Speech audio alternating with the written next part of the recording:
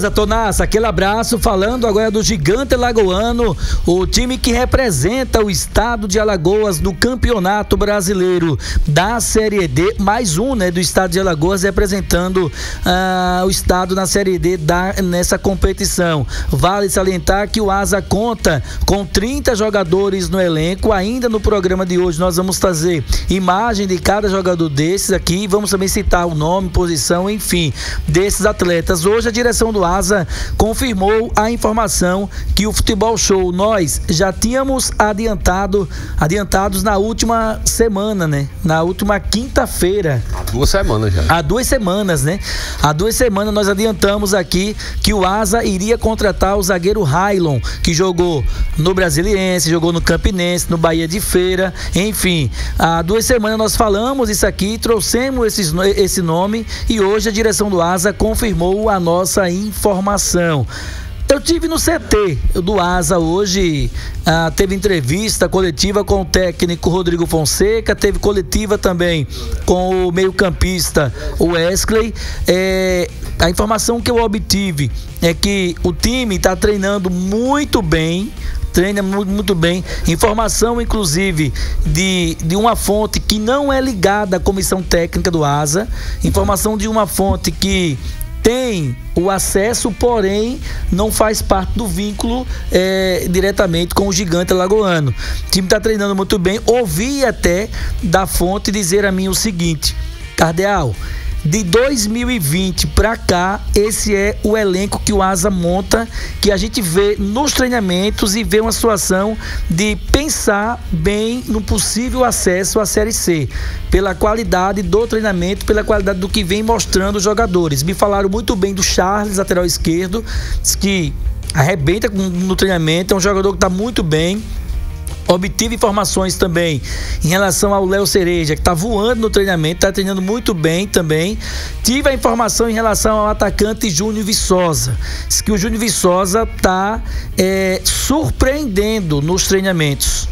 O que falta é aprimorar, chegar ao ápice da forma física, mas a informação que eu obtive, a pessoa já disse assim, entre aspas, disse: parece um garoto começando, querendo mostrar que está começando, quer começar bem, mostrando que está bem nos treinamentos. Está com muita disposição, treinando pra caramba. Agora precisa a parte física tá igual aos demais, mas tecnicamente e taticamente é um jogador que está surpreendendo muito a todos dentro do Asa. Essa foi a informação que eu obtive hoje. Eu questionei o Rodrigo Fonseca também sobre o Júnior Viçosa hoje, para ele falar um pouco de como está sendo essa surpresa para ele, o Júnior Viçosa, durante os treinamentos. Vamos conversar com o Rodrigo Fonseca, agora técnico do Asa. Ele inicialmente faz uma avaliação desses dias de treinamentos que o Asa vem tendo pós perda do título para o CRB e fala também da chegada dos reforços. Olha, primeiramente nós demos uma ênfase maior na parte física, né, para estar colocando em dia a preparação desses, principalmente dos atletas que chegaram. Alguns estavam aí há 2 semanas inativos, né, agora já dentro do grupo, procurando fazer o seu melhor, e nessa semana já entramos aí nos trabalhos técnicos. Olha, jogadores que vieram para deixar o grupo forte, né, competitivo, como já vinha sendo, né, jogadores de qualidades. Alguns atletas já conheço de jogar contra, outros já trabalharam diretamente comigo, e todos que aqui chegaram para manter aquilo que vem sendo feito, né, essa mesma vontade da nossa equipe, né, esse mesmo comprometimento, para que a gente juntos possa buscar os nossos resultados. Rodrigo, em relação a reforços que estão chegando ainda, você tem no elenco hoje 30 jogadores, no entanto só tem um lateral direito de ofício, que é o Paulinho. O time está no mercado da bola em busca desse segundo lateral? Sem dúvida, nós estamos conversando pelo menos aí com 3 ou 4 nomes, né? É lógico que temos a necessidade, mas estamos estudando esses nomes da melhor maneira possível, atletas que já jogou essa competição, para que a gente possa escolher bem e sejam atletas que possam brigar de igualdade com o Paulinho. Olha, procurei até assistir o jogo, né, da final do Sergipano, porém nós ainda não sabemos os atletas que ficarão dentro da equipe, né? Pode ter mudanças ou não. Me falaram que poderia ter mudanças em termos de comissão. Então nós estamos aguardando para ver o desfecho final, para a gente poder estar olhando e buscando as informações melhores possíveis. Ainda em relação à qualidade do elenco, o Júnior Viçosa passou um longo período entregue ao departamento médico, voltou aos treinamentos, transição, já está trabalhando com bola, e a informação que chega para mim é que ele tem surpreendido muito nos treinamentos. Você tem acompanhado isso? Está nessa evolução mesmo, que um atleta que está te surpreendendo a cada dia? Olha, a qualidade do Viçosa é indiscutível, né? Então, as pessoas que fazem parte do clube há mais tempo diz que a maior sequência que o Viçosa teve de treinamentos desde quando aqui chegou, né? Isso já nos deixa satisfeito. Então, nós estamos trabalhando corretamente para deixar esse atleta pronto para disputar o Campeonato Brasileiro, né? O Viçosa, em boas condições, dificilmente terá um atleta da qualidade dele nesse campeonato, né? Eu com a minha experiência, eu posso dizer isso, né? Então a gente tem que trabalhar e deixar esse atleta bem fisicamente, bem tecnicamente e principalmente, né, sem as lesões, né? Então é um atleta que, se ele estiver bem, sem dúvida nenhuma, o Asa ganha muito com isso. É lógico que a gente gosta de competir, né? Quem está no futebol gosta da adrenalina, gosta de estar competindo, né? Mesmo com esse tempo, eu acho que é o tempo curto, até as mudanças que vamos ter dentro, né, do elenco, chegando para a gente estar observando os atletas, daquilo que ele pode encaixar dentro do planejamento de jogo, daquilo que nós estamos buscando, né? Então há um pouquinho de tempo. Então nós temos que ser criteriosos, principalmente em estar escolhendo aqueles atletas que começarão a competição. Rodrigo, 2 perguntas em uma só. A fase classificatória da Série D tem cerca de 14 jogos, entre ida e volta. A característica dessa competição, a gente sabe que é uma competição de mais garra, pouca técnica, tem a técnica, mas é bem abaixo, e prevalece mais a força, a garra, o físico. E no contexto geral, você preferia estrear em casa e depois ter uma sequência de jogos ida e volta fora, como está acontecendo agora? Você estreia fora primeiro, depois um jogo em casa e um jogo fora. Para começar a competição, o que é que seria melhor para você nesse momento? Essa escolha de fora, em casa, eu acho que independe. Para mim nós temos que jogar independente de onde for, né? Exatamente, nós vamos ter que sair 7 e receber 7, né? Então nós temos que estar pronto para isso, né? Nós temos que preparar a equipe para jogar dentro, fora de casa, né? Eu acho que pelo sistema da competição, todas as vezes que eu disputei, é sempre você 50% mais um, você está classificado, né? Então a gente sempre trabalha em cima dessa situação. É lógico que almejando muito mais, como ano passado a minha equipe fez uma pontuação bem melhor do que isso, né? Mas em cima dessa situação, se você procurar 50% mais um, dificilmente a equipe não vai estar classificada entre os 4. Nós, com esses atletas, temos uma confiança muito grande. Alguns atletas até cresceram muito. O próprio Gabriel e o Paulinho, se você olhar como o crescimento deles dentro do nosso sistema, dando liberdade para esses atletas apoiarem, né? Eles se destacaram muito, principalmente do meio para frente, né? E o Bruno lá atrás é incontestável, né? Um grande goleiro, uma qualidade muito boa.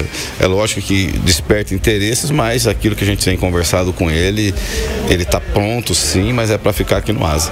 Agora, aproveitando, Cardeal, você fez uma pergunta ao Rodrigo e às vezes o cara até não entende a pergunta em relação a quem está assistindo. É melhor estrear em casa ou estrear fora? Eu vou lhe dizer uma coisa, eu acho interessante a pergunta e vou dar minha opinião. Eu gostaria de estrear fora, para ver se eu termino a competição em casa. É que eu não olhei a sequência da tabela, eu não sei se o Asa, começando fora, ele vai terminar a competição jogando em casa. Porque às vezes ele começa em casa, estreia, e nessa estreia às vezes o time não se acerta, aí de repente você vai ter que encerrar a competição fora de casa, entendeu, Jorge, André? Ele termina com o próprio Sergipe. Com o Sergipe, que é o jogo da volta. Porque a Série D, ela quando termina em casa, o jogo de volta, aí ao invés de repetir o que aconteceu, aí faz a inversão. Por exemplo, no fim da primeira fase, o 7º é o 8º. O Asa joga com o Itabaiana. E no reinício aliás, no início do retorno é contra o Itabaiana de novo. Então, aí o Sergipe é o último jogo em Arapiraca. Ele começa contra o Sergipe fora então e termina é melhor terminar em casa, André. É melhor terminar em casa, porque você aí tem a presença da torcida, a força de jogar em casa. Então se eu tivesse possibilidade de escolher, eu escolheria jogar fora de casa, abrir fora, para jogar lá fora, longe até um pouco do ambiente da casa, e terminar a competição jogando em casa talvez seja mais interessante que isso aconteça. Aí o caso do CRB, estreia sexta-feira contra o Novo Horizontino, lá em São Paulo, e a gente já sabe que o último jogo do CRB é aqui no estádio Rei Pelé. Se estiver brigando por uma classificação, por um acesso, pode ser até que seja mais fácil essa questão do mando de campo. Nesse momento de estabilidade, isso aí é do futebol, é porque muita gente criou essa parada de ética, mas é tudo é algo fajuto, é só pra falar que tem ética, porque por trás a gente sabe o que acontece. O time não vai nem no dirigente, vai no jogador. A gente já viu acontecer várias vezes, inclusive recentemente aí nos clubes grandes do Brasileirão da Série A. Mas sobre a agressividade, aí você pode ter o respeito de monitorar a situação. Aí eu concordo, ser agressivo monitorando a situação. O Asa precisa de um lateral direito. A situação no CSE está instável, ninguém sabe como é que vai ficar. Eu ia atrás do Thales. Tá instável da mesma forma ainda. Tem o Trindade, tem o Claudevan, que tá machucado, mas pode jogar. Tem o Ibson Melo, que ninguém sabe também como é que vai terminar. Até o próprio Luiz Fernando também. O Luiz Fernando, então. Jogador. Então, pra mim não é falta de respeito. Você tá dizendo que o CSE vai se desfazer pra Série B? Não, eu tô falando monitorar a situação. A instabilidade. Não é complicado. O clube do CSE tá instável. Porque ele tá indo buscando 5, 6 jogadores. Não, a agressividade no mercado. Eu iria. Calma, Clevão. Eu iria. Pelo menos o lateral direito. O Thales, que inclusive no começo da temporada foi falado o nome do Thales aqui no Asa. E aí vem outro ponto que pode ser preponderante. O Asa procurou ele, inclusive, né? Olha, o jogador disse que foi procurado pela direção do Asa. Sim, e tinha até áudios, inclusive, no WhatsApp. E preferiu ir pro CSE por conta do Rodrigão que estava lá, né? Pra mim, 3 ali do CSE caberia com certeza no Asa. O lateral direito, que é o Thales, que tá precisando do Asa, mais um meio que tá precisando, que é o Y, e também o Trindade, né? Apesar que tem muitos meios, muitos volantes. Vem o trunfo pra essa situação, o Rodrigo Fonseca, que conhece, e ele que montou o time do CSE. Deixa eu só dizer uma coisa aí a respeito dessa situação que nós precisamos também levar com clareza para as pessoas que nos acompanham neste exato momento. Monitorar o mercado, que é o que nós estamos debatendo, não significa que é assediar jogador de ninguém, porque isso vai de encontro à lei, de encontro à legislação, uma situação como essa. Eu faço questão de reforçar isso, para depois não ficarem falando que nós estamos aqui defendendo a ideia do assédio dentro do futebol, com atletas que têm contratos, essa situação elas precisam ser respeitadas. Não é um pacto, é o que está na lei. Vai de encontro à legislação, esse tipo de situação. Se alguns clubes fazem isso e ninguém sabe, por exemplo, o que é direito e dever, aí é um problema de quem não vai buscar os seus direitos e seus deveres. Mas ninguém também vai querer pagar por essa situação. Vou citar um caso emblemático que aconteceu entre Chelsea e a equipe do Barcelona, no caso Griezmann, em relação a isso. Foi surgir essa especulação de que o Chelsea, por exemplo, teria e que o Barcelona estava dentro do processo também. O Atlético de Madrid acabou também naquela oportunidade abrindo a boca, dizendo que o Griezmann tinha sido assediado pelo Barcelona. Isso gerou o maior rebuliço lá na Espanha por conta dessa situação. A cultura de lá é uma cultura diferente da nossa, porém o que a FIFA não permite é o tal do assédio. Então é muito importante monitorar o mercado, esperar as definições e ver o que realmente pode deixar para o mercado as possibilidades melhores para que o clube possa contratar. Mas além da questão ética, é muito importante dizer o seguinte, que nós não estamos debatendo aqui assédio. O assédio não é de acordo com a lei, tá? É uma atitude contra a lei, contra a legislação. E isso acaba sendo uma situação que eu gostaria de aproveitar o momento e deixar claro que vejo a oportunidade de você mapear o mercado. Você mapear o mercado, você ter boas opções naquilo que realmente o mercado tem, mas é preciso deixar claro isso para o torcedor antes que se crie uma ideia, né, de que nós estamos defendendo aqui que clubes devem assediar atletas dos outros. Por mais que isso a gente sabe que acontece. Com o tempinho que a gente tem no futebol, a gente sabe que muitas vezes acontece isso. Mas o dia pode bater na porta a bronca de ter do outro lado uma equipe que conhece seus direitos e deveres. E aí é que a zoada está feita. É verdade, com certeza. O que você pode fazer é divulgar o seguinte: eu, como dirigente do clube, e o meu clube, eu tenho interesse em contratar o Viderlan para vir jogar aqui como centroavante do meu time. O interesse o clube tem. Agora, eu vou conversar com o clube que o Viderlan está contratado para poder saber de uma possível negociação ou por empréstimo ou para comprar o passe do Viderlan. Isso aí, você anunciar que você tem interesse, é possível. Agora, você conversar com o cara e não conversar com o clube, isso é que não é uma atitude correta. Mas dizer que eu tenho interesse no Thales, por exemplo, para jogar no meu time, eu posso até divulgar. Agora, para conversar com o Thales, primeiro, eu tenho que conversar com a diretoria do CSE para saber se ela libera o Thales, se empresta, se vende, se o jogador tiver vínculo, tiver preso àquele clube. Aqui no Asa esse ano teve um assédio, né? Ao jogador Gabriel.